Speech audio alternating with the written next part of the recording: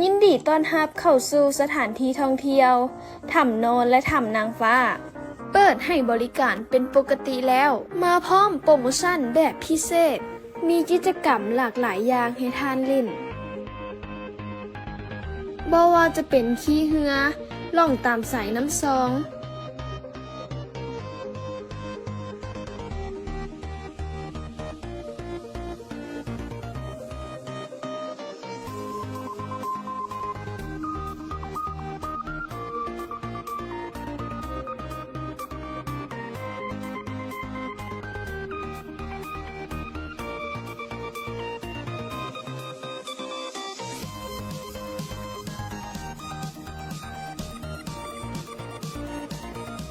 กิจกรรมขี่สลิง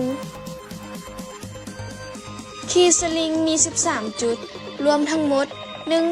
1,450 เมตรขี่อ้อมมาลงบนเกามีระบบความปลอดภัยที่ได้มาตรฐาน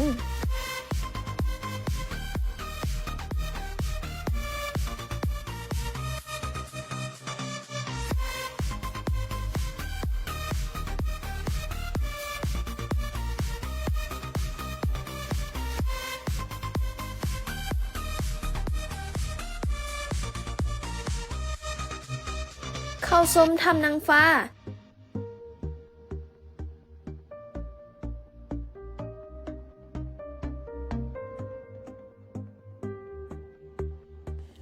ทางเข้าสะดวกมีดอกไฟตามทาง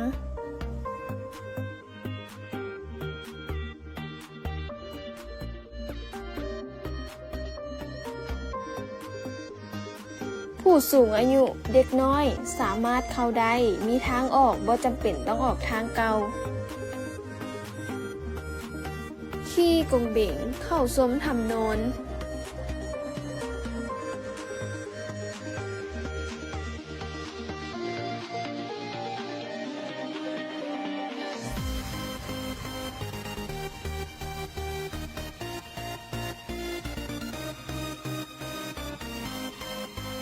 มีจุดชมวิวจะเห็นทิวทัศน์ทั่วเมืองวังเวียง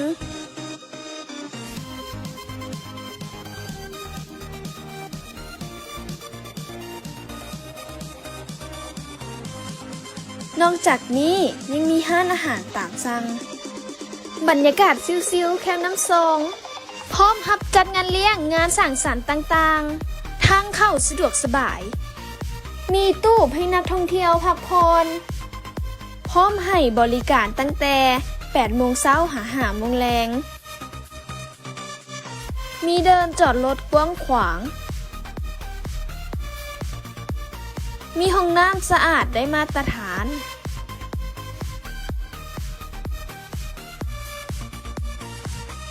พิเศษสถานที่ท่องเที่ยวแห่งนี้จอดรถเข้าห้องน้ำฟรี